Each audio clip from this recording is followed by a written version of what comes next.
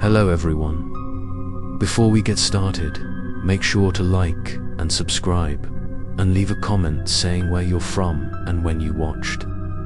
That way, YouTube will continue to show you stories like this. Now, let's get started. Asterisk, as the sun set, the sky turned a deep red, as if stained with blood. My group of friends, John, Sarah, and Michael, decided to enter a forest trail that the locals called the Endless Trail. It sounded like a path for those who love adventure, but the silence that surrounded us made us hesitate a bit. No birdsong, no insects, just a light wind rustling through the leaves, carrying the smell of cold, damp earth. Sarah tightened her backpack strap, whispering that she had a strange feeling, as if this forest did not welcome us. Michael laughed, trying to clear the tense atmosphere, saying that it was just my imagination. As for me, I said nothing, but my palms were sweating. We walked deeper, the darkness gradually swallowing the last light of day. The trail was covered with dry leaves, each step making a rustling sound that sounded like a whisper.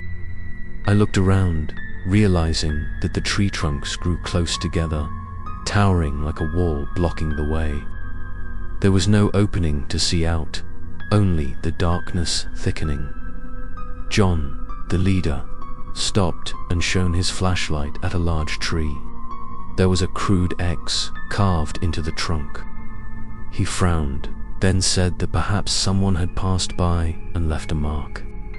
But as we walked a little further, we saw another identical X in the same place, at the same depth.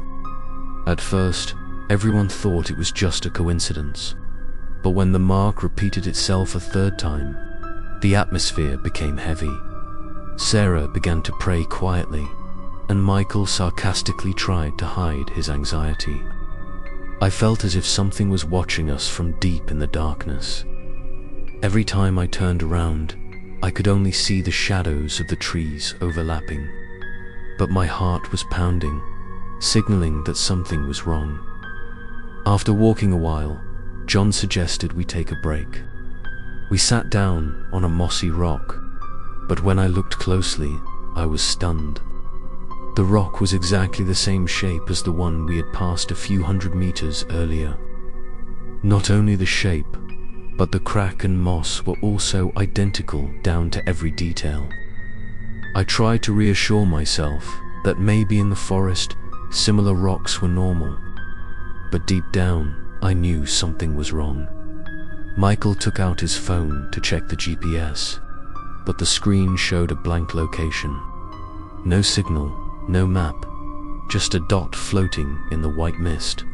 He cursed, shaking the phone vigorously, but to no avail. John suggested we keep going, hoping for a sign or a turn. The more we walked, the more the repetition became clear.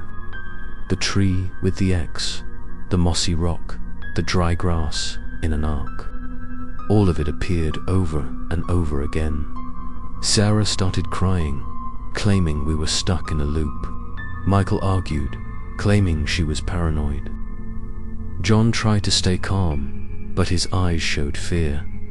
Suddenly, footsteps sounded behind us. Soft, slow, as if someone was following us.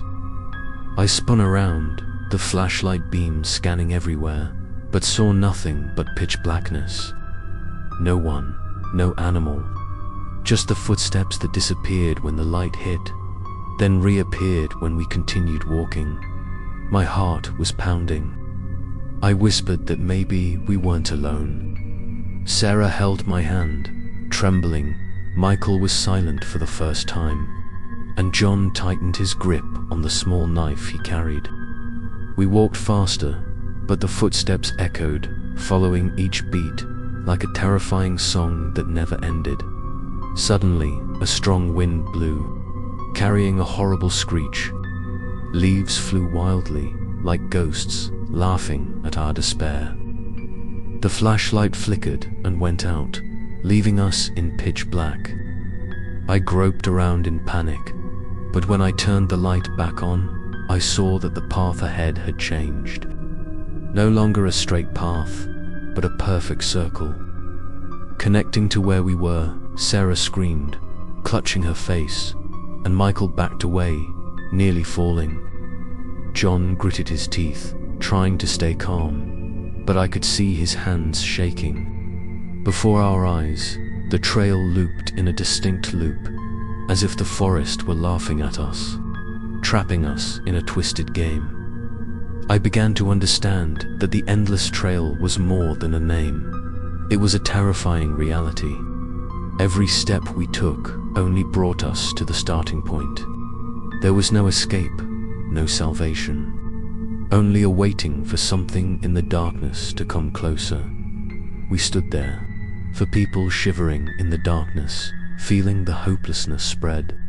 And when the footsteps behind me rang out again, this time clearer, I knew that the nightmare had only just begun. Stay tuned for the next episode, where the truth about this loop will gradually be revealed and the nightmare in the forest will become even more terrible. The thick darkness enveloped us, like a thick curtain covering both the sky and the ground. I felt the cold seeping into every fiber of my being, making my spine shiver. The invisible footsteps still echoed behind us, neither fast nor slow, keeping a steady rhythm as if they were deliberately following. John held the small knife tightly, the weak flashlight light in his hand shaking slightly. Sarah sobbed, her eyes filled with tears, and Michael pursed his lips, not saying another word. I tried to stay calm, but my heart was beating so fast it felt like it was about to burst. Every breath I took seemed to be stuck in my throat, mixed with the thick air of the forest. We decided to go faster, hoping to lose the invisible person who was following us. But strangely, the faster we went, the louder the footsteps sounded, as if there was more than one person behind us. I turned around, flashing the flashlight in all directions. There was still nothing but the dense trees. But this time, in the flash of light, I saw a shadow move between two trees. It was gone in a flash, so fast I wasn't sure if my eyes were playing tricks on me. I swallowed, not telling anyone about it. But Sarah must have seen it too, because she suddenly grabbed my arm, trembling and whispering that something was following us, and it wasn't human. Her voice was shaky and choked, as if she was trying to hold on to her last bit of composure. We continued on, but the trail led back to where we'd been. The tree with the X, the mossy rock, the circular grass, everything repeated horribly. Michael screamed, threw his backpack to the ground, cursed the forest, cursed us. He yelled that we were just spinning round like idiots, that there were no ghosts here. But as soon as he finished speaking, a soft laugh rang out from the woods. Not a happy laugh, but a long, distorted laugh, as if coming from a throat that had long dried up. The sound echoed from no clear direction, making everyone freeze. Sarah burst into tears, John took a step back, and Michael suddenly fell silent, his face pale as if all the blood had been drained. I took the flashlight and shakily pointed it at the nearest bush. Nothing, just the wind blowing, the leaves rustling. But when I turned it off, I could swear that something was staring at me in the darkness. Its eyes glowed faintly, like dying flames, but enough to penetrate the distance and penetrate my mind. We decided to try to break the loop by veering off the path. John said that if we continued on the path, we would never get out. He suggested turning left through the trees, despite the danger. With no other choice, we agreed. As we passed, branches whipped at our faces, dry leaves caught in our hair. The musty smell intensified, the mud stuck to our shoes. After a moment of staggering, we emerged into a wide clearing. There was a small pond, the water black as a mirror, reflecting the faint moonlight. Sarah tried to bend down to drink, but I stopped her.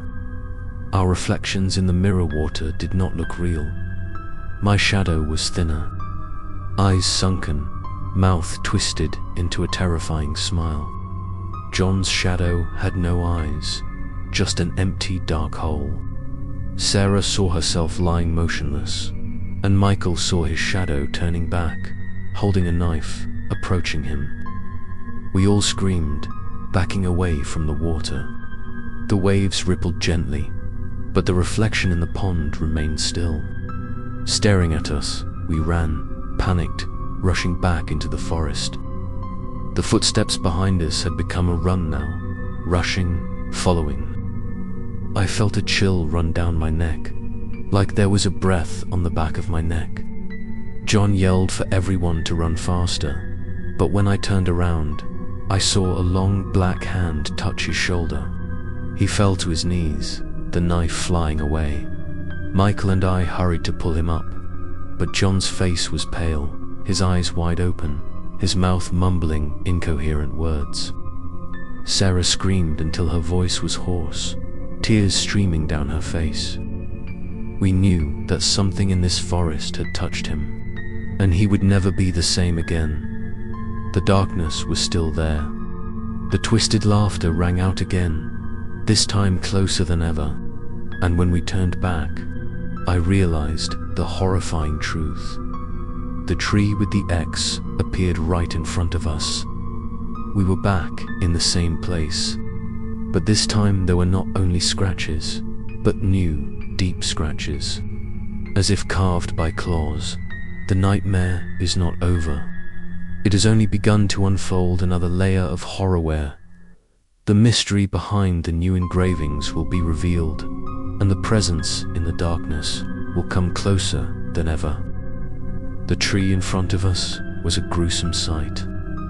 Not only was there an old X mark, but there were also deep, zigzagging scratches that stretched all the way down to the base.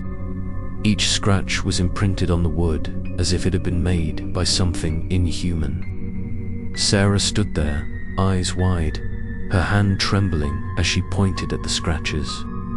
John had not yet recovered from the black hand's touch, his lips moving in a meaningless mumble.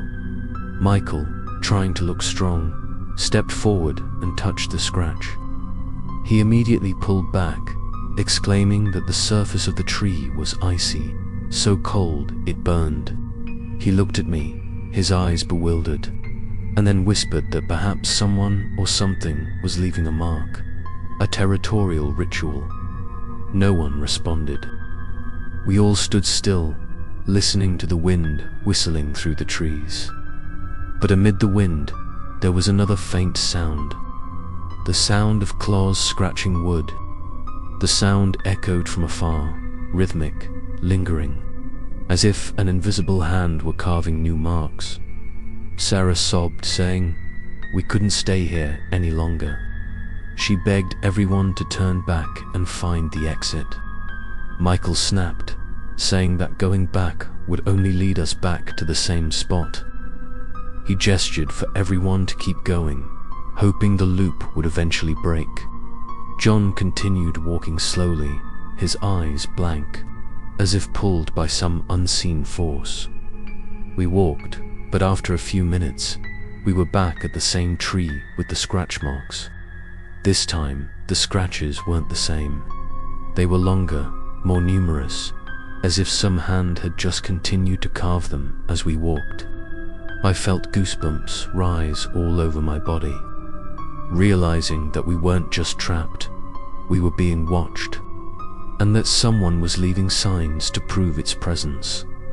Michael began to tremble, though he tried to hide it. He looked around, shouting in defiance, asking who was there. His voice echoed into the night, but the only response was a soft, distorted laugh that echoed from many directions.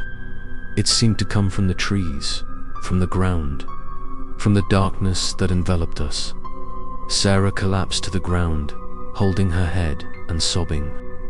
I quickly pulled her up, whispering that if we lost our composure, we would have no chance of survival. But I myself could hardly keep my composure when I saw footprints deep in the mud around the tree. The prints were unusually long, with pointed toes, like the feet of a creature that had never belonged to this world. We decided to try something different. Instead of following the trail, Michael suggested we mark our steps by breaking off branches and leaving them along the path. He said that if we came back, we would know. We did so, breaking off branches, leaving signs along the way. But a moment later, when we returned to the tree, all the broken branches were gone. They were not on the ground, not a trace, as if the forest had regenerated itself to hide our efforts. I began to feel suffocated. The space seemed to be shrinking, the loop tightening. The flashlight was fading, the battery was running low. The darkness was swallowing everything, leaving only a small circle of light around us. In that dim light, I caught glimpses of dark shapes moving between the trees. They were not quite human, not quite beasts. They stood tall, upright, but their bodies were distorted, as if made of darkness and mist. John, as if hypnotized, approached the tree with the scratch marks. He put his hand on the trunk, his eyes staring blankly at the scratch marks. I rushed to pull him back, but he turned to look at me. His eyes were no longer his old eyes, but two deep, dark holes. He opened his mouth, but the voice that came out wasn't his own, but a deep, broken voice that seemed to echo from the ground. The voice whispered that this path had no way out, that we all belonged to the forest from the moment we set foot in it. Sarah collapsed, crying. Michael backed away in panic. I still held John's hand, feeling his body cold, stiff as stone. Then suddenly, he jerked his hand away, falling to the ground, convulsing violently. His mouth burst into a long, eerie laugh that echoed throughout the forest. The laugh mixed with the scratching of claws somewhere in the darkness, creating a terrifying soundtrack that made my skin tingle. I realized we weren't just facing a loop, but some ancient entity that was trapping and possessing each of us. Sarah held me tight, whispering that we had to leave at all costs, or John would no longer be human. But just as we were about to drag John away, the flashlight went out, darkness descended. An invisible footsteps sounded right behind me, where the darkness would swallow all hope and the truth about John would gradually be revealed. Without the flashlight, darkness engulfed us. The darkness was so thick I could no longer see my hands. Only the sound of my labored breathing and the pounding of my heart echoed in my head.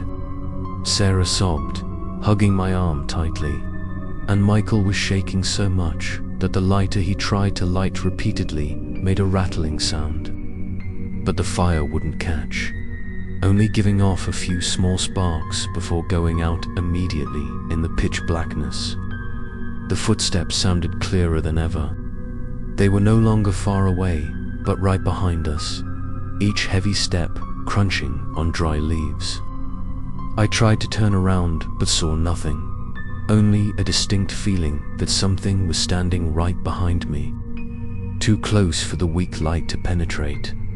John was still lying on the ground, twitching from time to time. From his mouth came distorted sounds, sometimes like human voices, sometimes like wind whistling through cracks in the rocks. I fell to my knees, shaking his shoulders, screaming his name. But when he opened his eyes, I saw they were completely black, no whites. For a moment, I felt like I was looking into a bottomless abyss, where light never reached. Michael finally got the lighter to work. The tiny light flickered, illuminating John's face, and what I saw froze my blood. John's mouth was moving, but the voice that came out wasn't his. It was a man's voice, deep and broken, echoing as if from the depths of the earth. The voice whispered that there was no way out of this loop, that every soul that entered belonged to the forest. Sarah screamed, covering her ears, but the sound wasn't coming from the air, but from inside our minds. I could feel each word tearing at my brain, leaving invisible scars. Michael panicked, quickly extinguishing the lighter and pulling us to our feet. He yelled that we had to leave John if we wanted to survive, but I couldn't. Leaving a companion in this hell was like signing a death warrant for all of us. We tried to pull John up. He was staggering, his head bowed, but he still followed us. Each step was heavy, as if he were dragging, and his breathing was hoarse. Sarah held my hand tightly, trembling, asking if it was still John. I had no answer, because deep down, I knew he was no longer the same. We continued walking, but the forest seemed to tighten its loop. Every turn brought us back to the tree with its scratch marks. This time, the scratch marks covered the entire trunk, as if a giant creature had torn through its outer bark. Below, the ground cracked open, and cold air rose like a breath from the earth. Michael was furious, and he rushed forward, kicking the tree hard, shouting a challenge. Immediately, from the crack in the trunk came a horrible screeching sound. The air shook, leaves falling like rain. John suddenly burst into laughter, a distorted laugh that echoed everywhere, causing Sarah to collapse to the ground, screaming. I pulled her up. We both looked around, and in the darkness, we saw long black shadows approaching. They stood upright, taller than humans, their bodies like condensed mist, their faces empty except for two deep, dimly lit holes. They did not walk normally, but slid along the ground, approaching silently but hauntingly. Sarah trembled so much that she could no longer stand. Michael backed away, his face pale. I felt my heart constrict when I realized that these things were the souls that had been trapped in the loop, turned into invisible entities by the forest to hunt newcomers. John walked towards them, his black eyes shining brighter in the darkness. He held out his hands as if welcoming those entities. They responded by stopping, tilting their heads, then making a choral murmur. No words, just a buzzing sound that made our heads spin. Michael yelled, pulling Sarah and me by the arms, signaling us to run. We left John behind, tears welling up in our eyes, but with no choice. Footsteps echoed behind us, not one or two this time, but dozens. I looked back and saw a swarm of black figures sliding after us, their eyes flashing through the darkness. We ran until we were exhausted, but when we looked up, we saw the scratched stump right in front of us. I fell to my knees, desperate. Sarah passed out in my arms, Michael screaming curses. I realized that this cycle could not be broken by running. It was like an invisible cage, and every time I tried to escape it only tightened. And then I heard John's voice from behind me. It wasn't laughter anymore, but his voice, clear and resonant. Don't run, accept. It's the only way out. The words echoed, freezing me. In the darkness, the shadowy entities paused, waiting. Michael looked at me, his eyes panicked, Sarah unconscious in his arms. I knew we had to make a decision, and this decision would determine everything. John's voice echoed through the night, making my blood run cold.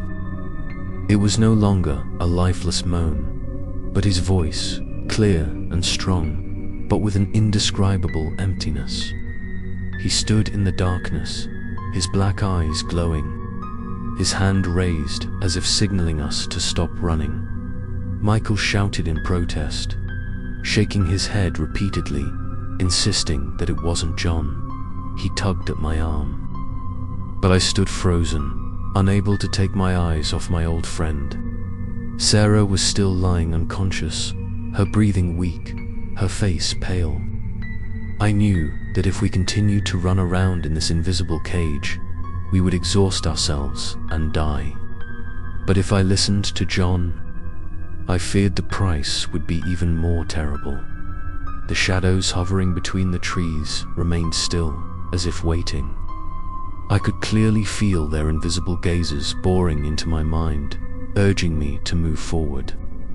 Michael cursed, shouted at me not to be foolish, that the forest was using John as a puppet. But he himself did not dare to take another step. I asked John how to escape. He smiled, a strange smile, then whispered that the cycle only ends when you stop resisting. That the forest does not kill anyone, only keeps them to make them a part of it. Acceptance is the only thing. Running away only prolongs the suffering. At that, Sarah suddenly woke up, her eyes wide open. She shouted not to listen, that John was no longer our friend. She said in a panic that when she was unconscious, she dreamed of dozens of people being swallowed into the ground, wrapped tightly by the roots, becoming new trees in the forest. Every tree around here was a soul that had been trapped. The dream was so real that she felt like her bones were being squeezed right now. Michael held his head, screaming in despair. He did not want to die, did not want to become a silent tree in the haunted forest. He lunged at John with a knife, shouting that if he had to choose, he would rather kill him.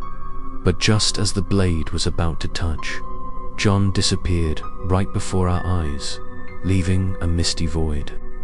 The hoarse laughter echoed everywhere, long and distorted, making our ears ring. The black shadows between the trees began to move. They did not rush forward immediately, but slid inch by inch, like patient predators. Each step they took left a dent in the ground, but when we looked back, the ground was as flat as if there had never been a trace. We pulled each other to run, but the path led back to the same dark pond we had seen before. The water was no longer still, but swirling, forming a black vortex that sucked in all the surrounding light. In the vortex, we saw distorted faces, empty eyes rising. Sarah cried, hugging me.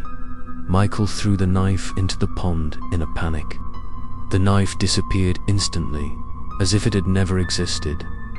I looked down at the water and saw myself, but the reflection did not stand still. It smirked, its eyes turned black, and then raised its hand to signal me to jump. I backed away, my heart pounding. Sarah held my hand tightly, her mouth stammering. Michael shook his head repeatedly, his mouth mumbling a prayer for God to save him. Suddenly, a voice called out from behind. It was John's voice, closer than ever. He stood on the other side of the pond, his body blurry, his hand raised in a beckoning gesture. He said that if we just crossed this water, the loop would end. I looked at Michael, but he shook his head frantically. Sarah sobbed, begging me not to believe it. But inside me, a part of me was so exhausted that I just wanted it all to end. The wind blew hard. Leaves fell, and the murmuring sound echoed again, like a chorus of hundreds of voices. The shadows slowly closed in, surrounding us. There was no way back. The pond in front, the darkness behind. We could only choose one. Michael screamed, grabbed Sarah and pulled her around to the right, hoping to find another way. I stood still, watching John looming on the other side. For a moment, I wondered if he was leading us to salvation or to the abyss. Just as I was about to step forward, Sarah's scream rang out from the other side. I turned around and saw Michael had disappeared into the darkness, leaving Sarah sprawled on the ground, her eyes looking around in panic. The shadows began to rush forward. I knew that the decisive moment had come, and this choice would change all of our fates forever. The secret of the pond and the final choice between running away or accepting would be revealed. Sarah collapsed to the ground, eyes wide with horror. She had just lost Michael right before her eyes, and his sudden disappearance was like a knife cutting into our minds. No more footsteps, no more curses, just a thick silence that filled the forest. I knelt beside Sarah, shaking her, but she shook her head, saying that we would all disappear like that dot ahead. The pond swirled violently, the pale moonlight reflecting off its surface, making it look like a portal to the abyss. I backed away, my heart pounding, while the murmuring echoed through the forest, growing louder. Shadows surrounded us, their eye sockets glowing, closing in. I knew our choice had come to a point where we could not delay. Sarah grabbed my hand, tears streaming down her face, stammering as she begged me not to believe what John said. She believed the pond was a trap, that all lost souls were sucked into it, lost forever. I looked down, saw my reflection in the swirling water.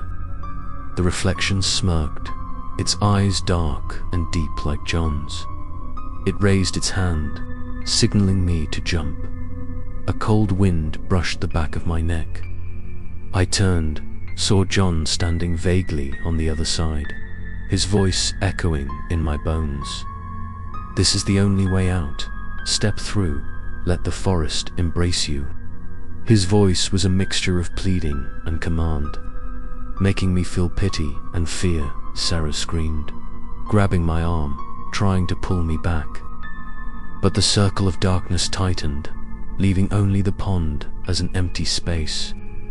I felt suffocated, my heart about to burst. In that moment, I wondered if acceptance was really the path to salvation, or just the beginning of eternal punishment. Suddenly, a whisper came from the water. Not John's, not the shadows, but Michael's. He was calling for help, his voice echoing from deep within the water. I bent down, saw his face rising from the vortex, eyes panicked, mouth open as if about to drown. Sarah screamed, lunging to reach out, but her hand pierced the water as if touching air. Michael sank back, leaving violent ripples. The shadows around him began to giggle. The sound distorted like the sound of leaves being torn. They moved closer, long hands reaching out. Sarah fell back in fear, and I was driven by a crazy thought. If Michael was sucked in, maybe we would have to follow to find him. But inside me was Sarah's voice, sobbing and begging not to kill herself. John spoke again, his voice now echoing throughout the forest. He said that Michael had been freed, that the pond was the door out of the loop. He insisted that we just had to step down and we would be free. But I remembered Michael's terrified eyes, the desperation in his cries for help. What escape could feel so much like a death sentence? Sarah tugged at my hand, forcing me to run in the other direction. But as I turned, I realized that the road behind me had disappeared. There was only the trees closing in, like living walls. There was no way out but the whirlpool. We retreated to the water's edge, the darkness closing in. A black hand almost touched my shoulder, chilling my skin. Sarah trembled, sobbing, muttering a prayer. I held her hand tightly, signaling for us to jump together if there was no other way in the last moment before I made my decision. I saw another image reflected in the water. No longer the laughing shadow, but me and Sarah, still alive, still intact, standing on another road flooded with the light of dawn. The image made my heart clench, giving me a faint hope that maybe this wasn't a trap at all. The shadow behind me rushed forward, a shrill screech. I grabbed Sarah's hand, and we both fell into the whirlpool. The icy water swallowed us, pulling us down. Sarah's scream echoed everywhere, mingling with the pounding of my heart. The darkness in the water was thick.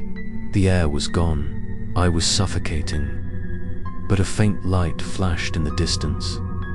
I didn't know if we were going to freedom or to the abyss. But one thing was certain. This choice would change everything.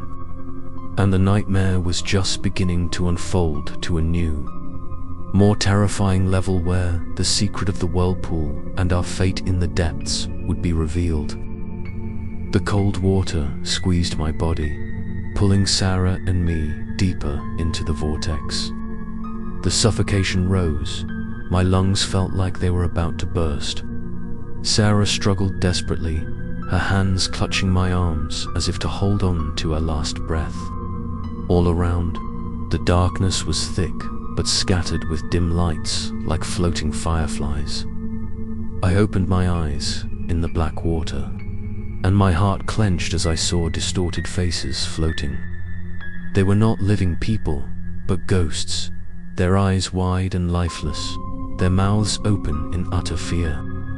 I recognized some of the faces as those of the missing people who had been told about around this mountain. They were swallowed here, trapped forever underwater.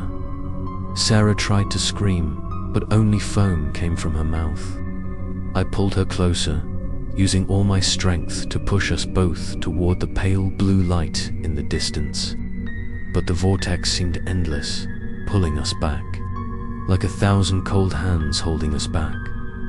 Suddenly, I heard a voice in my head, not in my ears, but directly in my mind. It was John's voice. He whispered that we were on the right path, that the truth was ahead. The voice was cold but alluring. It made me shiver, but I was still compelled to swim. We swam hopelessly when suddenly the water parted, opening a gap. We fell freely into a cave filled with blue light. I fell to the wet stone floor, coughing. Sarah also collapsed beside me, my whole body shaking. My breath returned, but the fear had not left me. All around, the cave was large, the high ceiling covered with twisted tree roots. The walls were carved with strange symbols, swirling after swirling, exactly like the loops we had seen on the tree trunks in the forest. In the middle of the cave was a small lake, emitting a strange blue light. In the lake, I saw countless white hands reaching up, as if begging to be saved. Sarah clung to me, whispering that this place was the heart of the loop. I nodded, because everything around me exuded a strange life. The cave was not just a shelter, but like a living body. The roots vibrated rhythmically like blood vessels, emitting a murmuring sound. We approached the lake. Suddenly, a face emerged. It was Michael. But his face was no longer intact. His skin was wrinkled. His eyes were black. He opened his mouth, but no words came out, only a terrifying screech. Sarah screamed, falling backwards. I quickly pulled her away, my heart pounding. John's voice echoed again, this time throughout the cave, echoing from all sides. He said that this was where all the lost souls gathered, that Sarah and I had to choose. If we entered the lake, we would become part of the loop, forever without pain. If we resisted, the loop would tighten until our souls were torn apart. Sarah screamed into the void that John had betrayed us. The scream echoed, then turned into a twisted laugh that echoed off the cliffs. I held Sarah tightly, feeling despair wash over me. But just then, the blue light in the lake suddenly brightened, and from the bottom slowly emerged a small passage, like a tunnel leading somewhere. We both looked at each other, knowing this might be our only chance. But hundreds of pale hands still reached up from the lake, ready to pull anyone closer. I took a deep breath, pulling Sarah to her feet. But just as we were about to step forward, floating shadows began to pour into the cave from every corner. The murmuring grew louder. Tree roots shook. The water in the lake boiled. I felt clearly that the choice was right in front of us, and one wrong step. We would never return again. The secret place in the cave and the path under the lake would lead us to a more terrifying truth. The shadows poured into the cave like a flood. They didn't walk, but slid along the ground. Their bodies distorted like thick smoke, their eye sockets glowing with a cold light. Their murmurs mingled with the rumbling of the lake, making the whole cave vibrate like a giant heart beating violently. Sarah clung to my hand, her whole body trembling. She looked into the lake, saw the white hands reaching up and kicking, while the underground tunnel flashed below. Her eyes were red with fear, but she whispered that this was the only chance. I swallowed, my heart pounding, my mind reeling from the two choices: jump into the lake and face the truth hidden at the bottom, or stay and have my soul torn apart by these shadows. The first shadow rushed closer, its long hands sweeping across. I pulled Sarah back, almost touching her. As soon as that hand brushed the air, I felt a chill that pierced my bones, as if my soul was about to be ripped out of my body. Sarah screamed, tears streaming down her face. I turned back to the lake, determined to take the risk. But as I was about to step down, the water rose, white foam boiled, and distorted faces emerged. I recognized Michael among them, his eyes black, his face tense with pain. He opened his mouth, emitting a screech that echoed throughout the cave. Sarah fell to her knees, holding her head, and I choked as I felt his gaze fixed on me, as if he wanted to pull me down with him. In my despair, John's voice rang out again, this time not far away, but clearly right behind me. I turned back, saw him standing on the high cliff, his face dark, his black eyes empty. He raised his hand and pointed down at the lake, his cold voice echoing, "This is the only way out. Go down or stay forever." Sarah screamed at him that he had betrayed her, that he was no longer John. But John only smiled faintly, a crooked smile that echoed with the murmur of the shadows. I knew he belonged to the forest completely. Only his body was left as a puppet. The shadows began to tighten their grip. One of them grabbed Sarah's leg, pulling hard, making her scream. I rushed to hold her tight, pulling with all my strength. But the force of the shadow was so strong that Sarah's flesh was almost torn. I desperately kicked the shadow, my foot piercing its body but leaving a horrible burning sensation. It dissolved into smoke, but immediately 3 more shadows replaced it.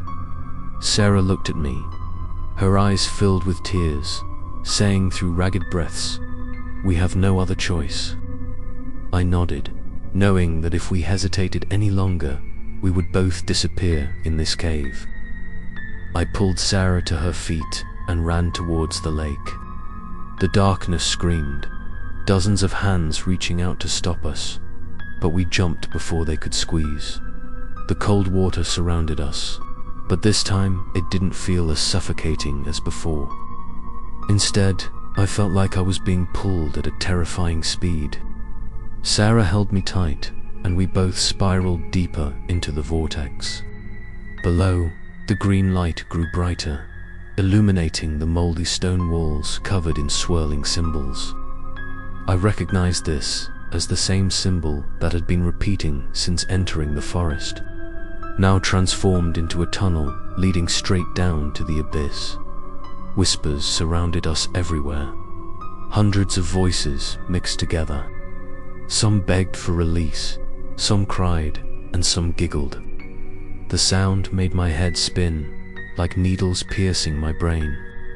Sarah tried to close her eyes, but her tears still flowed, melting into the swirling water. Finally, we were thrown out of the vortex, crashing hard onto the cold stone floor. I gasped, feeling a sharp pain in my chest. Sarah lay beside me, trembling but still alive. We looked up and realized we were in an endless tunnel, the walls on both sides glowing with a faint swirling symbol. There was no lake behind us, only darkness blocking the way back. The space here was so quiet it was terrifying. Only the sound of my heartbeat echoed. I took Sarah's hand and we both stood up. In front of us, the tunnel stretched endlessly, and from the end of the tunnel, a dim light flashed.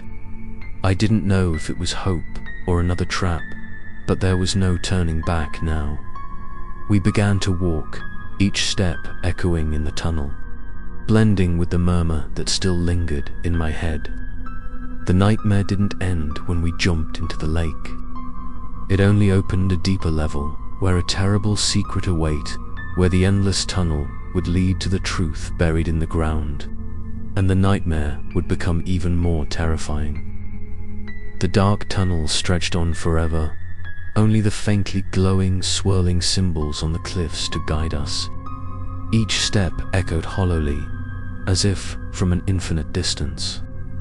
I held Sarah's hand, trying to steady her, but I felt myself trembling. The whispers continued to echo in my head, no longer one voice, but hundreds. Some pleading for help, some moaning in pain, and some laughing hysterically, all mixed together, forming a relentless, eerie soundtrack. I felt like my skull was cracking, each whisper flowing straight into my mind. Sarah held her head, mumbling prayers, but it was clear she couldn't take it much longer either. We walked on, but the light at the end of the tunnel didn't get any closer. It kept looming like a lure, forcing us to keep going. I stopped, trying to mark the wall with a rock I picked up from the ground. But as soon as I drew a line, it melted into the rock, becoming part of the glowing vortexes. I was horrified to realize that we were in a living space where everything regenerated itself, preventing any attempt to resist. Suddenly, footsteps sounded behind me. I turned, scanning the dark tunnel. In the dim light, I caught a glimpse of a figure. Tall, thin, walking slowly. My heart pounded, my mouth dry. Sarah trembled and asked quietly if it was Michael. I wanted to believe it, but deep down, I knew it couldn't be him. The figure moved closer, and I saw the face clearly. It was John, but his face was distorted, his skin cracked like dry earth, his eyes still black and empty. He didn't open his mouth, but his voice echoed straight into my head. "Why do you still resist? Why don't you accept?" The voice echoed, mingling with hundreds of other voices, forming a chaotic, crazy sound. Sarah burst into tears, begging me to keep running. I pulled her toward the light. But no matter how far we ran, the light was still an unreachable distance. Behind us, John's footsteps were slow, but never stopped, always keeping just enough distance to make us despair. We ran until we were exhausted, finally collapsing on the cold stone floor. Our breathing was rapid, our lungs felt like they were about to burst. Sarah leaned on my shoulder, whispering that if this was the end, she just hoped she wouldn't turn into one of those shadows. I held her hand tightly, promising to find a way out, even though I didn't believe my own words. Suddenly, the ground shook. The swirling symbols on the wall glowed. The whole tunnel shook as if it were breathing. From the glowing swirls, black liquid oozed out, running down the floor. It smelled fishy, thick like clotted blood. Sarah screamed, jumped back, and I struggled to keep my balance. The black liquid spread quickly, forming small puddles. In the puddles, I saw human faces floating, mouths wide open, silent, as if being drowned. The laughter echoed again, this time not just in my head, but reverberated throughout the tunnel. John stood a few steps away from us, his eyes shining brighter. He raised his hand, and the black liquid began to crawl towards us as if it had life. I pulled Sarah to run, but the liquid splashed up, clinging to my legs, cold as ice and heavy as stone. I scratched in panic, finally able to get it off. But the skin where it was stuck was pale as if it had been drained of blood. Sarah gasped, almost fainting. I hugged her, rushing towards the light. And then, after so much despair, the light seemed to be getting closer. I screamed, trying to run with all my might. Sarah also used the last of her strength to run after me. John's shadow stopped, just silently observing. His lips curved into a creepy smile. We rushed forward, and suddenly the light opened, turning into a bright door. Sarah and I rushed in without thinking. At that moment, I heard angry screams echo through the tunnel. The laughter was muffled, and the murmuring disappeared. Everything fell silent. We fell to the ground. When I opened my eyes, I realized that the tunnel was no longer there. We were in another place, a wide open space, brighter but not daylight. It was like an endless field covered in fog, and under our feet was not rock but cold grey ash dot. Sarah trembled and asked me if we were out. I had no answer, because from within the fog, figures began to appear, hundreds, thousands, all standing still, staring blankly.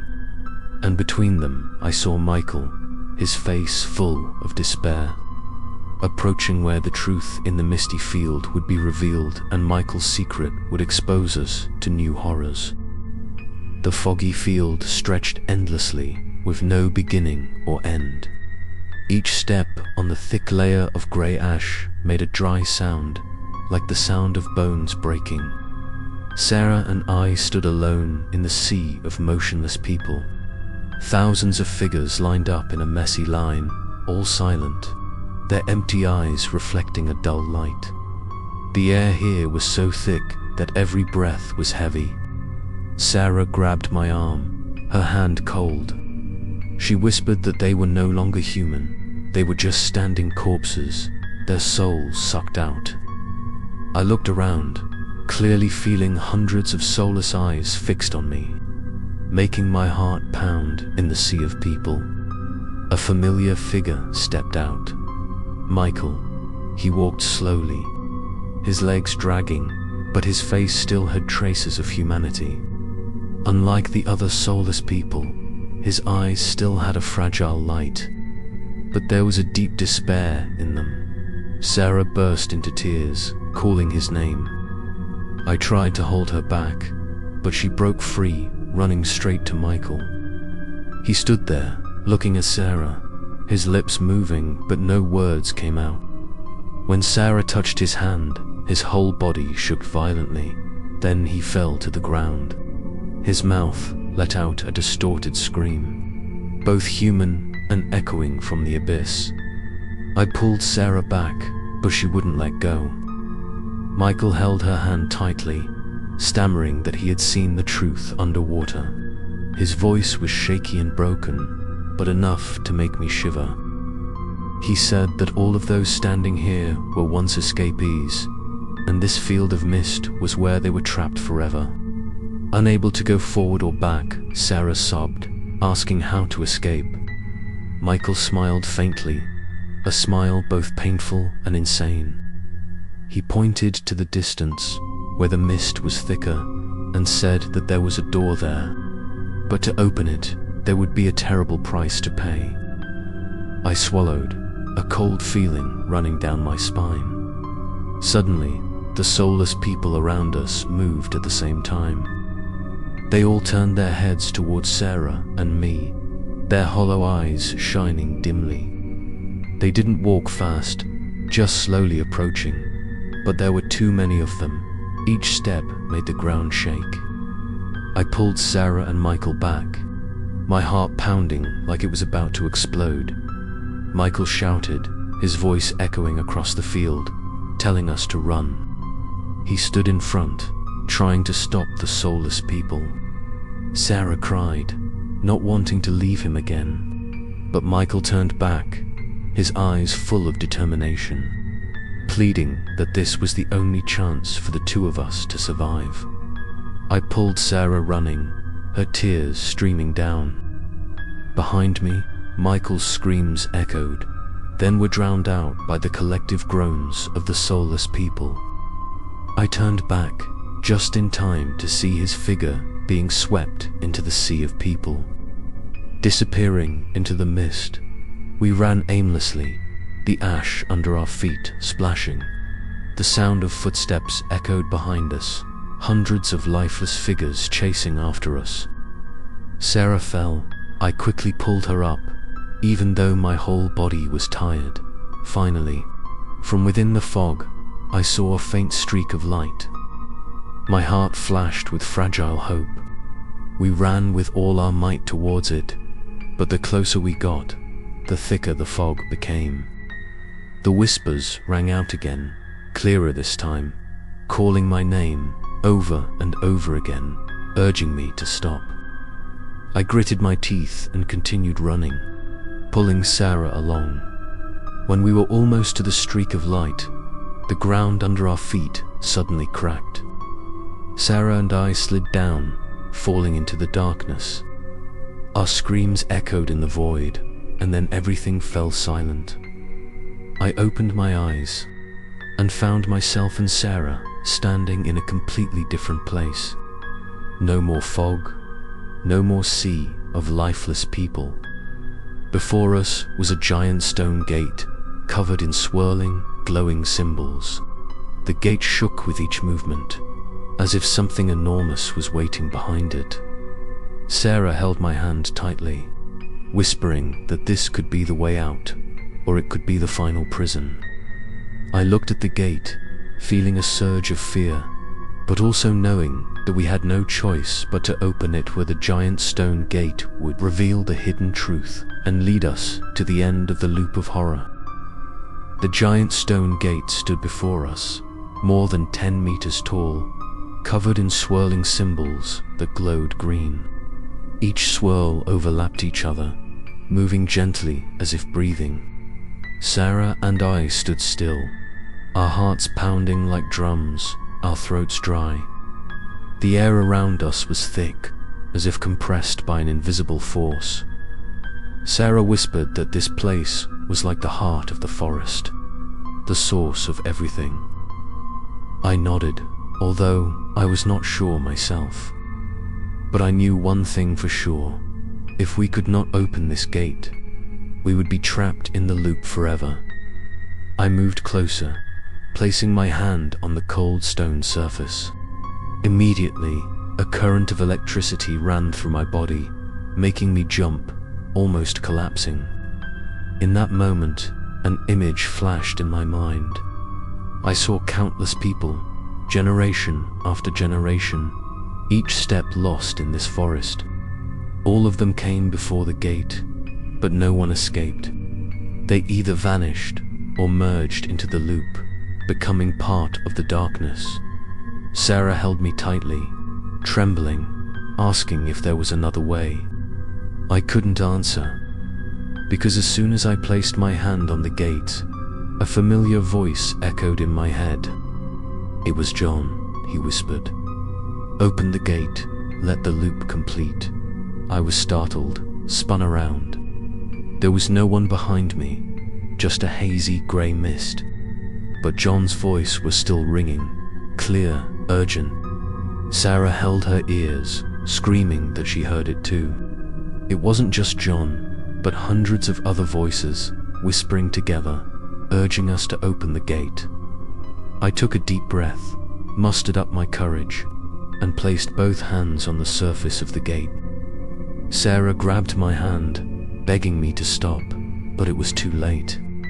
The swirls glowed, green light flashing, blinding us. The entire ash field shook, The ground cracked. Cold air wafted from the earth. The gate slowly moved, emitting a sound like the grinding of a grinding stone. A bright blue light shone from the crack, accompanied by a long, whistling sound like the wind from the abyss. Sarah screamed, hugging me tightly, but I was still urged to take another step forward. In that light, I saw a series of screaming faces, hands reaching out, all engulfed in an endless vortex. Suddenly, from the crack of the gate, a giant black arm protruded, its long, sharp claws hitting the ground, causing the entire stone floor to shake. Sarah fell. I pulled her up. Both of us retreated in panic. Laughter echoed throughout the space. Not one person, but thousands of voices laughing together. Sarah burst into tears, saying that opening the gate was a mistake. I knew it too, but it was too late. The gate continued to open wider, and darkness poured out from inside, covering the entire field. Soulless figures reappeared, this time crowding, reaching out towards us. I tried to pull Sarah back further, but the ground behind us had disappeared, leaving only a bottomless pit. We were trapped between the open gate and the abyss beyond. The murmuring turned into a deafening scream, pounding in our brains like a hammer, in a moment of despair. Sarah looked at me, her eyes pained but determined. She whispered that maybe one of us had to stay to block the gate, to give the other a chance to escape. I screamed in protest, but knew she was right. This gate demanded a price, and if we didn't pay it, it would swallow us both. Tears welled up in my eyes, and I held Sarah tightly, not wanting to let go. But her eyes were steadfast, her lips trembling as she whispered that I had to live. To tell this story, the gate shook violently, more darkness poured out, and the giant hand reached out again. I know that the moment of choice is approaching, and it will forever change the fate of both of them where a terrible sacrifice will take place, and the stone gate will reveal the final truth about the loop. The stone gate shook violently. The swirling symbols were so bright that it was blinding. The ground beneath Sarah and I cracked open, pieces of rock shattered, and dust flew everywhere. The screams from inside echoed straight into my chest, tearing my heart apart. Sarah hugged me tightly, tears welling up in her eyes. She trembled as she repeated that one of us had to stay, or both would be devoured. I screamed in protest, insisting that I would find another way. But her eyes were determined, her lips trembling as she said that this forest always demanded a price. I knelt down, grabbed Sarah's hand, and begged her not to say that. But the shaking grew stronger. Darkness rushed out from the crack of the gate. A giant black hand reached closer, its claws scraping the stone floor, leaving deep grooves. The whole space seemed about to collapse. Suddenly, John's voice echoed from behind, clearer than ever. He screamed to leave a soul, to complete the loop. I turned around, saw John's silhouette hovering in the grey mist, his black eyes glowing, his crooked smile stretching across. He was no longer human, but an echo of the forest, urging us on. Sarah burst into tears, rushing to hug me one last time. She whispered that I had to live, that I had to tell everything that happened to warn others. Before I could react, she pulled my hand away, rushing straight towards the gate. I screamed, trying to run after him, but the ground shook violently. Pieces of rock rose up to block my steps. Sarah stood before the gate, her eyes filled with determination, her arms outstretched as if challenging the darkness. A giant hand reached out from within the gate and grabbed her. In that moment, a blue light flashed, engulfing the cave. I saw Sarah lifted up, then disappear completely into the gate. The shrill screams echoed, the darkness receded, and the gates slowly closed. The swirling cymbals faded, leaving only the ash that silently fell. The silence was terrifying. I fell to my knees, screaming in despair. Tears streamed down my face, my hands shaking. Sarah was dead. I felt my heart shatter, but at the same time, the darkness around the gate began to dissipate. The cliff collapsed, revealing a dimly lit path leading away. I stood up, walking in pain. The murmuring had disappeared. The darkness melted into nothingness. But in my head, Sarah's voice still echoed, whispering that I had to continue, had to escape. Even if I was alone, I walked through the light, each step heavy. When I reached the end of the path, a new field opened up. No more ash, no more mist, just a vast expanse under a dark purple sky. In the distance, I saw moving figures, not lifeless but twisted, distorted human figures. As if warped by some terrible force, my heart sank, realizing the nightmare was not over. The price Sarah had paid had only taken me to another level of the loop. My breath quickened. I clenched my fists, telling myself I would not let Sarah's sacrifice be in vain. But from deep within the purple void, a roar echoed, shaking the ground. I knew what awaited me was worse than anything I had ever faced, where Sarah's sacrifice would open a new level of horror, and I would have to step into the haunting, warped land. I stood still in the purple gloom, where the sky was heavy, not night, but not day either. The faint light from above cast a mysterious hue over the ash-grey land. I felt like I had just emerged from a dark dream and fallen into a deeper nightmare. Sarah was gone forever, her sacrifice still echoing in my mind. I was alone in this strange land, where everything around me was distorted as if molded by the hands of a madman. The figures scattered across the ash field began to move. They were no longer lifeless, motionless figures, but now writhing and twisting their bodies as if bent by an invisible force. I took a few steps back, cold sweat running down my back. One of them turned to face me. His face was distorted, his eyes falling to his cheeks, his mouth stretched to his ears. He opened his mouth, but instead of words, only a hoarse growl came out.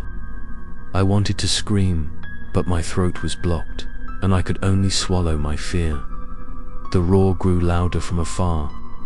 The ground beneath my feet shook, new cracks appeared, and dust flew everywhere. I knew something huge was approaching, but in the middle of this distorted land, I had nowhere to hide. I decided to continue walking towards the distance, where the faint purple light was coming from. With each step, the distorted figures turned to look at me. Their eyes were hollow, but still fixed, as if they wanted to penetrate. A few shadows still dragged along, their bodies creaking as if their bones were breaking. The familiar whispers rang out again, no longer in my head, but coming directly from those distorted mouths. They repeated my name, calling me out rhythmically, as if they all knew who I was. I picked up speed, running through, my heart pounding. But the more I ran, the more the scene repeated itself. I saw the same distorted figure again, with misaligned eyes and a stretched mouth.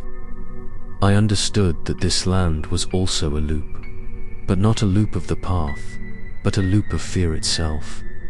Suddenly, the sky tore open.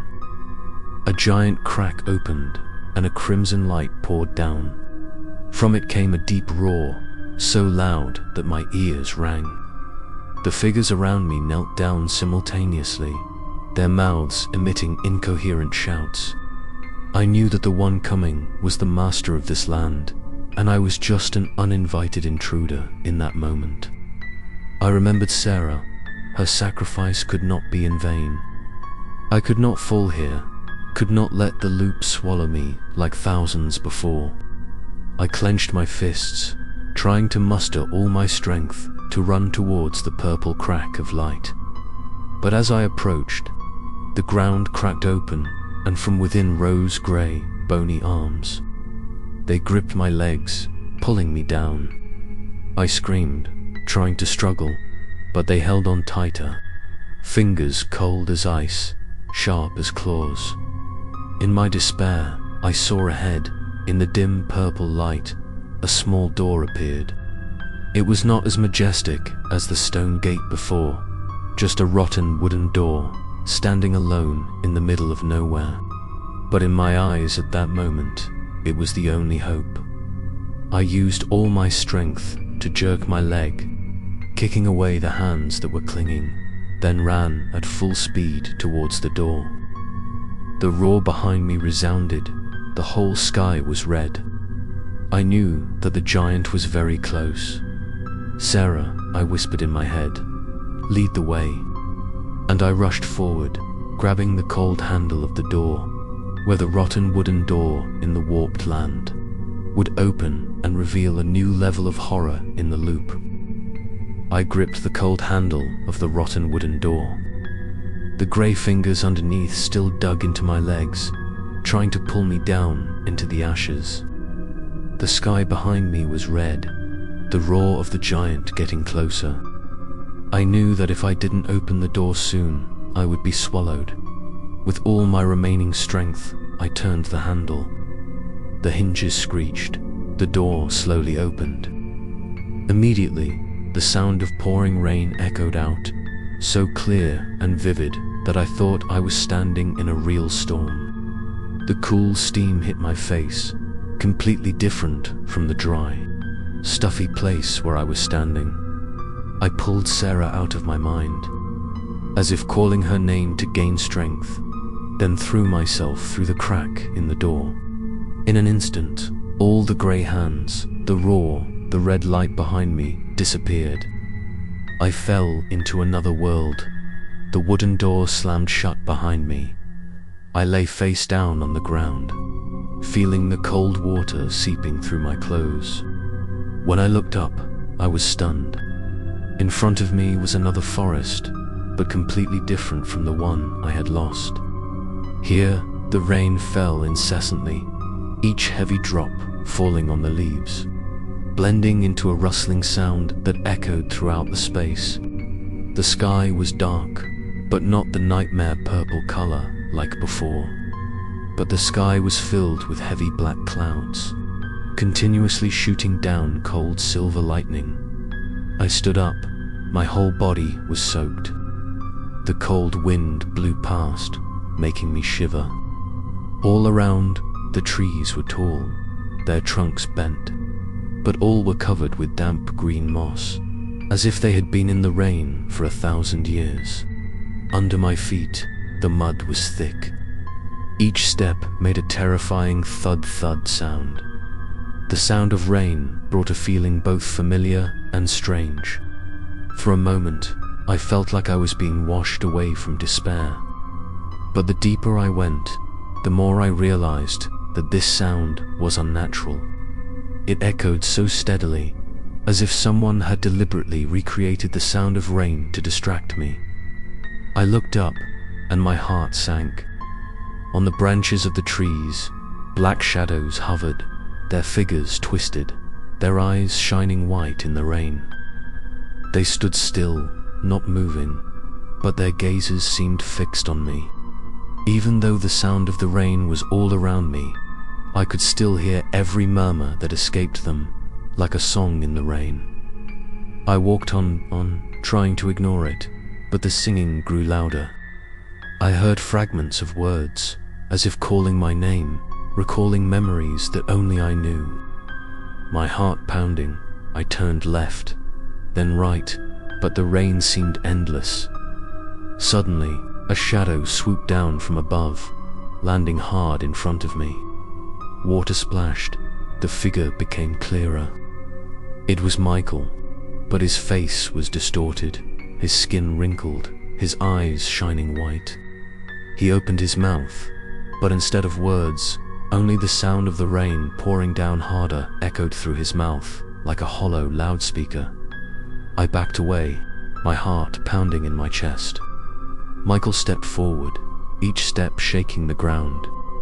He was no longer the friend I had known. He was part of this rainforest, a changed being. I shouted his name, begging him to stop. For a moment, a flicker of humanity flashed in his eyes. But then thunder boomed, and he advanced again, his eyes shining white.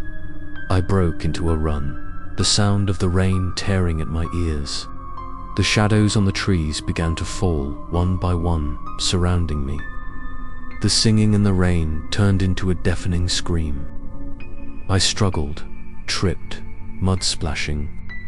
But in the midst of all the chaos, I saw an old wooden house ahead, a dim light shining through the cracks in the door. A house in the middle of the endless rainforest. I was both terrified and hopeful. I jumped up, running at full speed towards the house. While the shadows screamed, the rain pounded down relentlessly. Where the mysterious wooden house, in the middle of the rainforest, would open a new secret. Maybe salvation or the final trap. I rushed to the wooden house in the thick rain, my heart pounding. The shadows behind me screamed, their footsteps mixed with the sound of the rain into a terrible, chaotic song. When I touched the wooden door, I pushed hard and fell inside. The door slammed shut behind me. The sound of the rain immediately subsided, leaving only a distant pattering sound as if coming from somewhere else. I lay panting on the cold, damp wooden floor, the rainwater pooling around me. The space inside was dark, only the flickering light from the oil lamp placed on the old wooden table. The house was small, the walls covered in moss. The musty smell rushed into my nose. The boards creaked every time I moved. But what made me shiver was the excessive silence. Outside it was raining like a storm, but inside it was quiet. So quiet that I could hear my heartbeat. I stood up and looked around. On the wall hung a few old paintings. The images were blurry, but I recognized the silhouettes of faces. Their eyes were all blackened. Only their mouths had a crooked smile. I swallowed, feeling like they were staring at me. There was an old leather notebook on the table. I approached it, my hands trembling as I opened it. The yellowed pages, the writing was scribbled as if written in a panic. The content was about a person lost in the forest, hearing the sound of rain, finding this house, and disappearing. The last lines were torn apart, leaving only ink stains like tears. Suddenly, a light knocking sound came from the corner of the room. I was startled and glanced in that direction. An old chair was rocking by itself, making a creaking sound. There was no wind, no people, but it still rocked steadily. My heart pounded. I stepped back, my feet hitting the floor, making a loud noise. Immediately, the sound of rain outside rang out again. But this time, it was not steady, but like a knock on the door. Rumble, rumble, like hundreds of hands pounding on the roof. I held my head, trying to stay calm, but the pounding made the whole house shake. Then, silence, I gasped, my heart about to burst. But in that silence, I heard a whisper, a soft voice coming from right behind me. I turned around. No one was there. Only the old, cracked mirror hanging on the wall. In the mirror, I saw myself, wet, tired. But the terrifying thing was that in the reflection, behind me, there was a blurry figure, standing still, eyes shining white. I recoiled, my heart choking.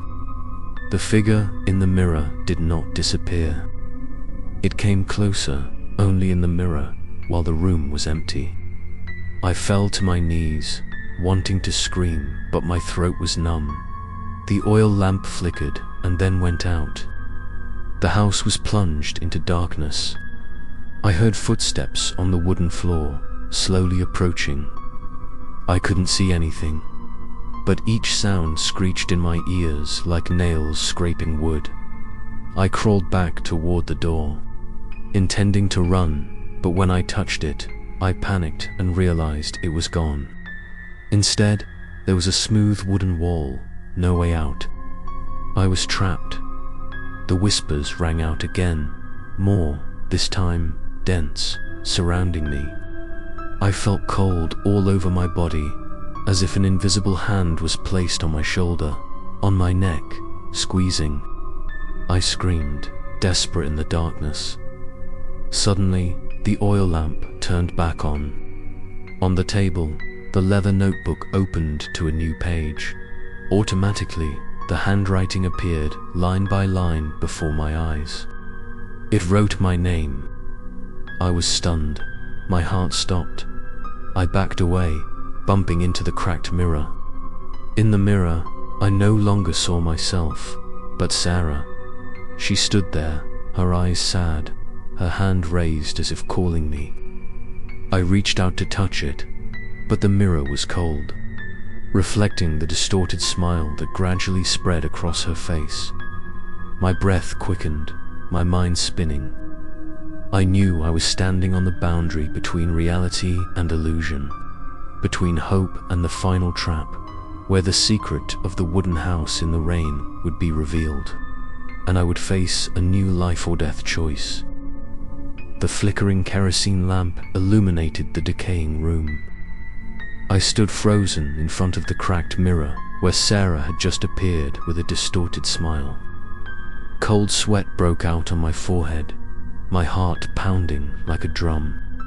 I didn't know if what I was seeing was real or just an illusion created by this house. Behind me, the leather notebook was still open. The lines continued to write themselves. This time it was not just my name, but also memories that only Sarah and I knew. I choked, feeling like someone was digging deep into my mind, turning my pain into a pastime. The sound of rain outside was no longer steady. It became a rapid rhythm, like footsteps walking around the house. I listened. Each drop of rain hitting the wooden roof sounded like someone was knocking on the door. I swallowed, not daring to go closer, but the knocking sound spread in all directions, making it impossible for me to distinguish between the rain and the invisible hand. Suddenly, the kerosene lamp went out. The room was plunged into pitch-black darkness. I fumbled around, searching for the lighter in my pocket. When the flame flared, my heart sank. Dozens of new wet footprints appeared on the surrounding wooden floor, imprinted from the door to where I stood. Someone or something had been in here with me. I turned to the table, where the notebook was still open, but now the scribbles had turned into a map, a drawing of a house with an arrow pointing down. Under the floor, I inhaled sharply, knowing there was some kind of passage under the floor. I knelt down, using the lighter to look closely. Sure enough, a large board in the middle of the room had a gap. I tried to pry it open, and it lifted easily, revealing a rotten wooden staircase leading down to the dark basement. The sound of the rain suddenly stopped, replaced by cold air rising from the gap. Carrying a fishy, musty smell, my heart was pounding, but staying here meant waiting for the darkness to swallow me. I took a deep breath and walked down the stairs. The sound of wood creaking echoed throughout the room above, like a wail. When I reached the bottom, I found myself standing in a narrow cellar, its walls damp with mud, and its roots tangled around it. In the corner of the cellar, an old, tattered tent stood haphazardly, as if someone had camped there. I walked closer and lifted the musty cloth. Inside, there was no one, just a withered skeleton, still clutching another diary. I picked it up with trembling hands. The shaky lines recounted the exact scene I was experiencing. Hearing the rain, being locked in the house, finding the basement, and getting lost in a loop. The last line read, "Whoever takes shelter in this house becomes a part of it." I threw the diary to the ground, my chest tightening. The basement suddenly began to hum, this time not from outside, but from within the mud walls. Shadows emerged, distorted faces hidden in the roots, mouths gaping, making the sound of rain. I backed away, hitting the tent. Dry bones fell, crumbling under my feet. I screamed, desperately searching for a way out. But the stairs above had disappeared, replaced by a sealed wooden wall. I was buried alive in the basement of a house with no exit. In the pitch blackness, I heard footsteps, not from one side, but from all around. I stood with my back pressed against the wall, my hand shaking as I held the lighter. The small flame flickered, and I saw dozens of figures huddled in the basement, their eyes white, turning to look at me. I panicked. The flame went out. The darkness swallowed me. The whisper rang out again. "You are not alone. You will stay here forever," where the basement of the wooden house would expose those trapped before me and the more terrifying truth waiting below. The small fire died out, and darkness engulfed the cellar. A damp chill rose from the earth, a pungent stench clinging to my throat, making me nauseous. I stood frozen, my ears straining to listen. And just as I had feared, whispers were still echoing everywhere. Intertwining into a chorus of horror, I flicked the lighter back on, the weak flame illuminating a small area. In that light, I saw them. Dozens of figures sat huddled around the cellar, their bodies gaunt, their clothes torn, their white eyes wide open. When the light touched them, they all turned their heads toward me. Their necks creaked, as if broken, but still moving. I retreated, my hands shaking, but I couldn't take my eyes off the scene before me. A figure stood up, staggering toward me. His face was distorted, his flesh peeling, but I recognized that he had once been human. He opened his mouth, his voice hoarse as if echoing from the ground. "Come last." I choked, unable to speak. The shadow stretched out its hand, its bony fingers trembling as if it wanted to touch me. But instead of attacking, it only placed its hand on its chest, then pointed to the ground. I looked down, saw that the tree roots from the wall had wrapped around his legs, squeezing tightly, pulling him down bit by bit. The same was true for the others. All of them were tied tightly to the ground by the tree roots, as if imprisoned. They could not escape. Only their white, lifeless eyes remained. I gasped, understanding that they were once lost people like me, looking for a way out, then being held forever in this basement. Suddenly, the entire basement shook. The tree roots on the wall wriggled, spreading quickly like snakes. They wrapped around my legs, freezing cold. I scratched in panic, trying to free myself. Those figures simultaneously leaned towards me, their mouths emitting a terrifying hiss. It was unclear whether it was a cry for help or a threat. In my despair, I remembered Sarah. Her sacrifice was like a flame in the darkness, urging me not to give up. I screamed, the lighter in my hand flaring up more strongly. The fire caught the roots. A burning smell spread out. The roots hissed like living creatures, writhing back. I seized the opportunity, rushing towards the end of the tunnel, where there was a small crack that emitted a faint purple light. I crawled through. The roots tried to wrap around my legs, but I used the fire to block it. Behind me, screams rang out as the figures were pulled harder by the roots, sinking deeper into the ground. The tunnel shook violently, as if collapsing. I crawled through the narrow crack, my body scratched, my clothes torn. When I looked up, I found myself in a long earthen tunnel, a faint purple light guiding my way. Breathing heavily, I trudged forward, leaving behind the echoing screams, fading and disappearing. The path was so narrow that I had to crouch, but the further I walked, the space gradually widened. I entered a large room, its high dome covered with glowing purple roots. In the middle of the room, a round stone table on which were placed dozens of leather notebooks, identical to the ones I had seen on the table in the house. I approached, trembling, opening one. The first page was hastily written. Day 1 in the loop. I flipped to another. Day 57 in the loop. All were diaries of those who had lost their way. Each book ended abruptly, with no escape, only despair. I trembled and retreated, but at that moment, footsteps echoed in the room. I turned sharply and saw John standing at the entrance, his face still cracked, his eyes dark and hollow. He looked at me, smiling crookedly. "You finally made it here." The air was thick, the tree roots shook as if applauding. I backed away towards the stone table, my heart pounding.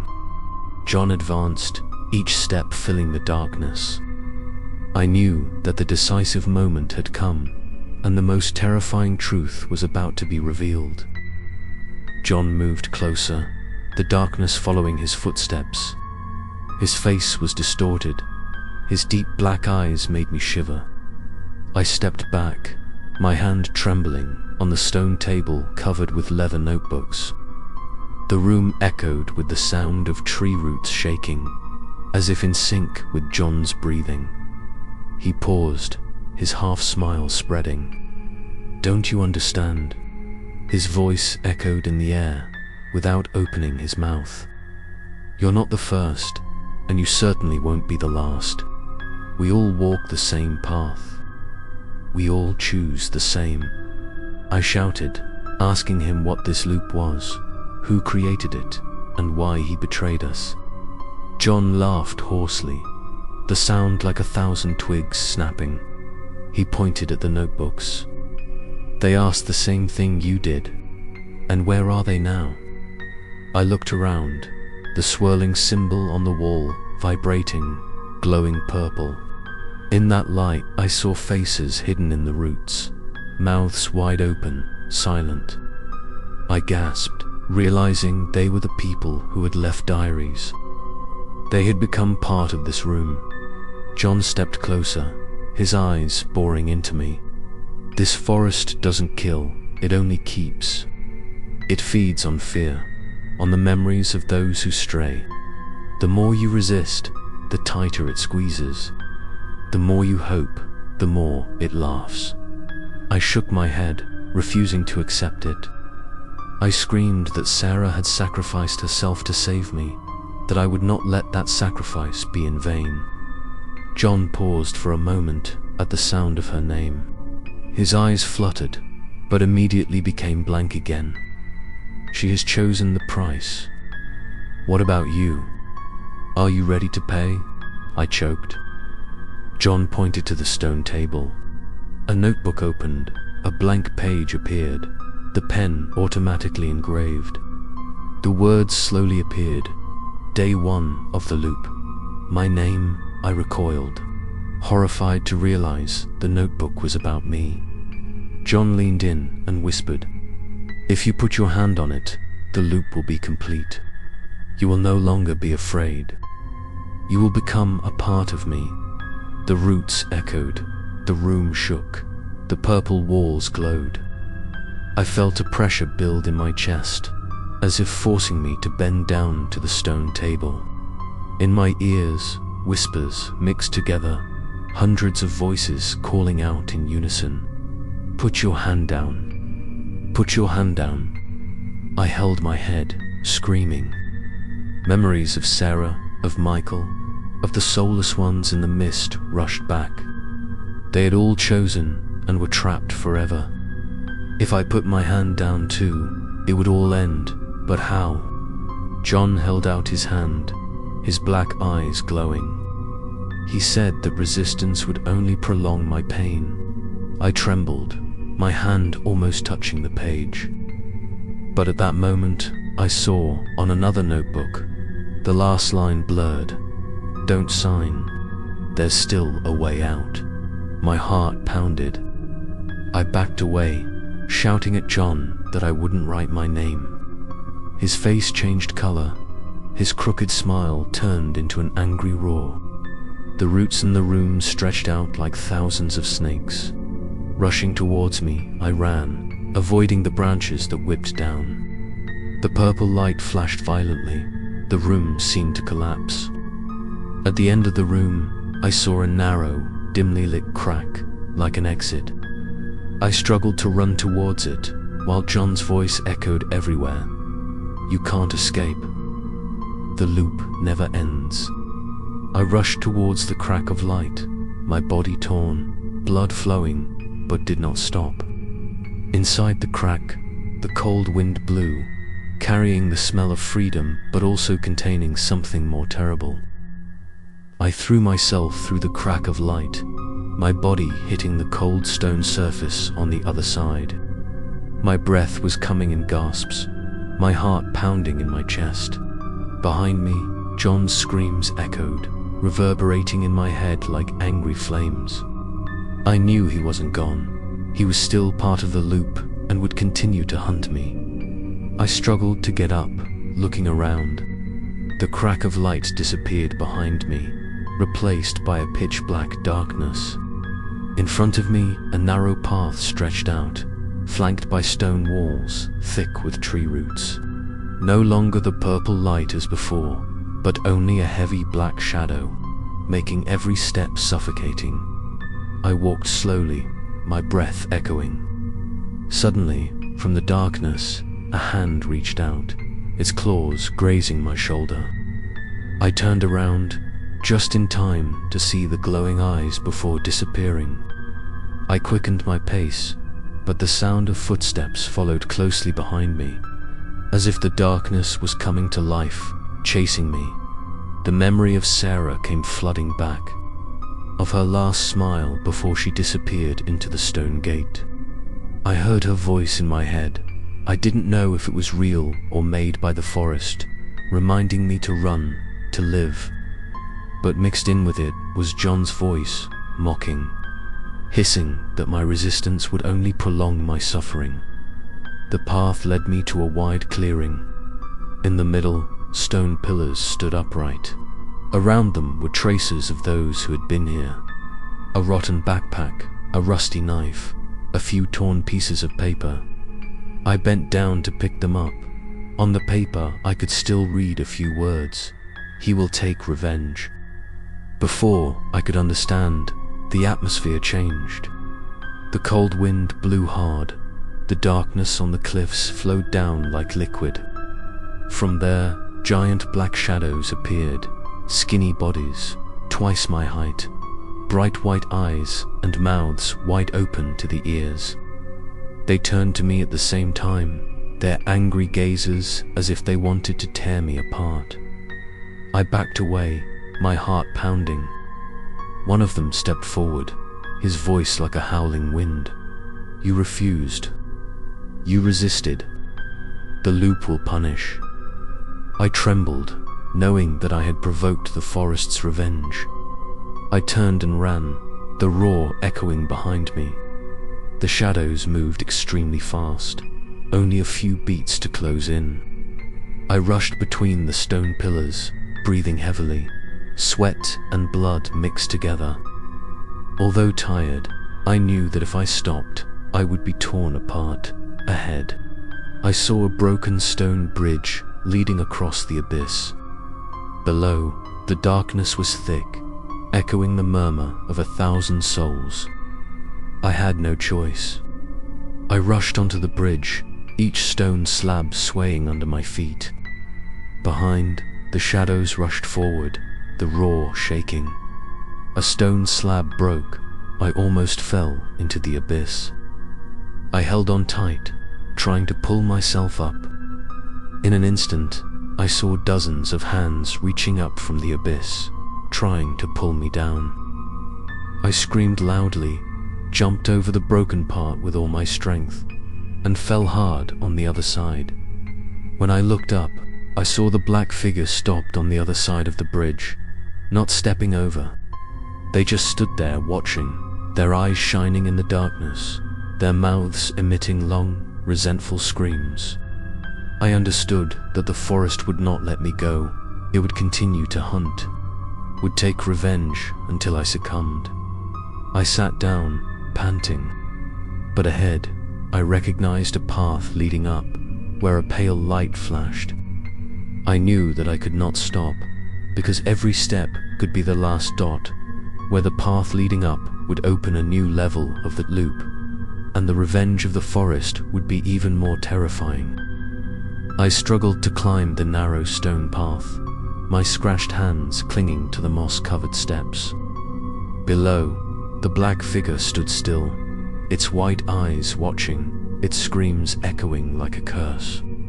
The higher I climbed, the thinner the air became, the cold seeping into my lungs, making it hard to breathe. But above, a faint light still flickered, calling me to continue.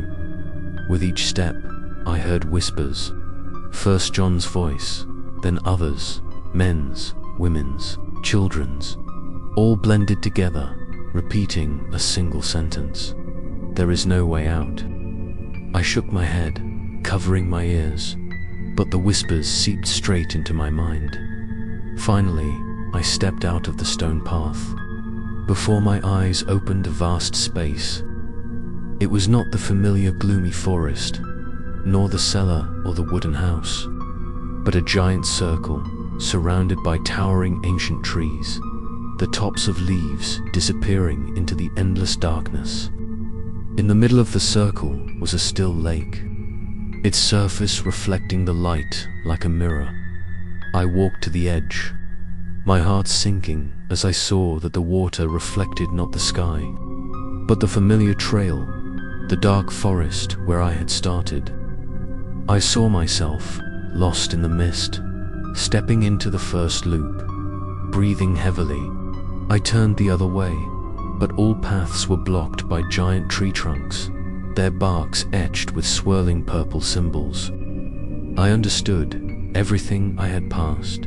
The house, the basement, the darkness were just different twists of a single circle. And now I was back at the starting point. Suddenly, the lake rippled. From the water, a figure emerged. It was Sarah, but her face was pale. Her eyes were opaque. Her wet hair stuck to her face. She smiled sadly, holding out her hand to me. Her voice echoed, whispering, "Stay. There's nothing left." The lake water boiled, hands reaching up, just like when I was dragged into the ashes. They grabbed my legs, pulling hard. I struggled, screaming Sarah's name. For a moment, I saw her eyes flash real, as if begging me to run. But only then, her face shattered into 1,000 drops of water, merging into the lake. I backed away, panicked. But behind me, a rotten wooden door appeared again, exactly like the one I had opened in the Purple Land. The handle was cold, the breath from inside smelled of damp earth. The sound of rain echoed, the mumbled singing echoed. I stood between the looping mirrored lake and the door to the unknown. My heart pounded, my brain screaming that both were traps.